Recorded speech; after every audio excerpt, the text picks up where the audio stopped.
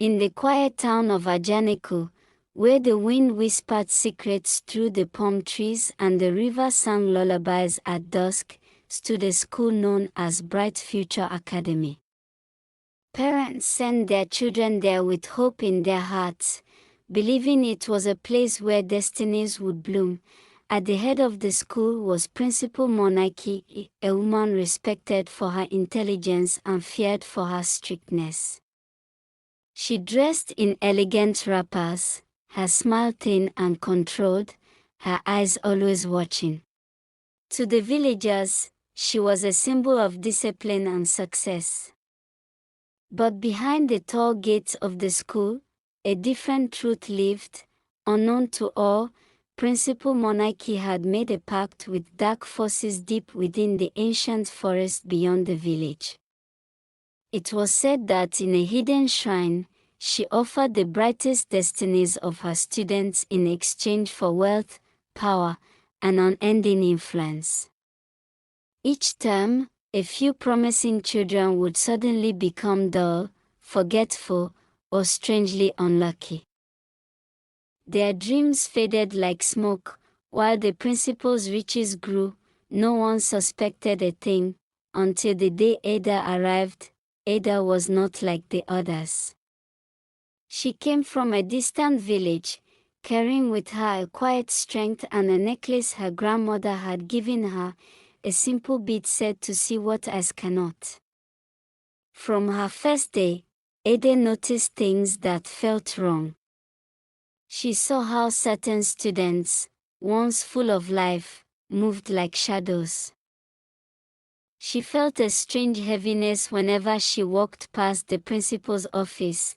One evening, as the sun dipped low and painted the sky in gold, Ada lingered behind after school. Drawn by a force she could not explain, she followed Principal Morenike at a distance. The principal walked quickly, glancing over her shoulder, until she reached the edge of the forbidden forest. Ada's heart pounded, but she followed. Hidden behind thick trees, Ada watched in horror as the principal entered a small shrine covered in dark symbols. Chanting filled the air. The ground seemed to tremble. And then Ada saw it, a glowing calabash filled with swirling light. Inside it were faint images. Students' faces, their destinies. Ada gasped, and her necklace grew warm against her skin. Suddenly, the calabash flickered, and the faces inside seemed to cry out. Gathering courage, Ada stepped forward. "Stop!" shouted. The chanting ceased. Principal Morenike turned, her face no longer calm but twisted with rage and fear. "You should not have come here," she hissed, but Ada stood firm. "You are stealing their futures. This must end." The necklace around Ada's neck began to glow brightly, illuminating the shrine. The spirits bound within the calabash stirred violently, as if recognizing freedom. The principal tried to chant again, but her voice faltered. "No more," Ada cried. With a sudden burst of light, the calabash shattered. A powerful wind swept through the shrine as glowing fragments of light, each one a stolen destiny, flew into the sky and scattered, returning to their rightful owners. Principal Morenike fell to her knees. The next morning, in front of the villagers, trembling and defeated, Principal Morenike admitted everything: the shrine, the pact, the stolen destinies. Gasps filled the air. Anger rose like fire.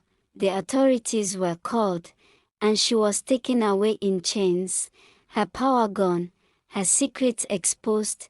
As for Ada, she became a quiet hero. The villagers honored her courage, and Bright Future Academy was rebuilt, not just with bricks and books, but with truth and integrity.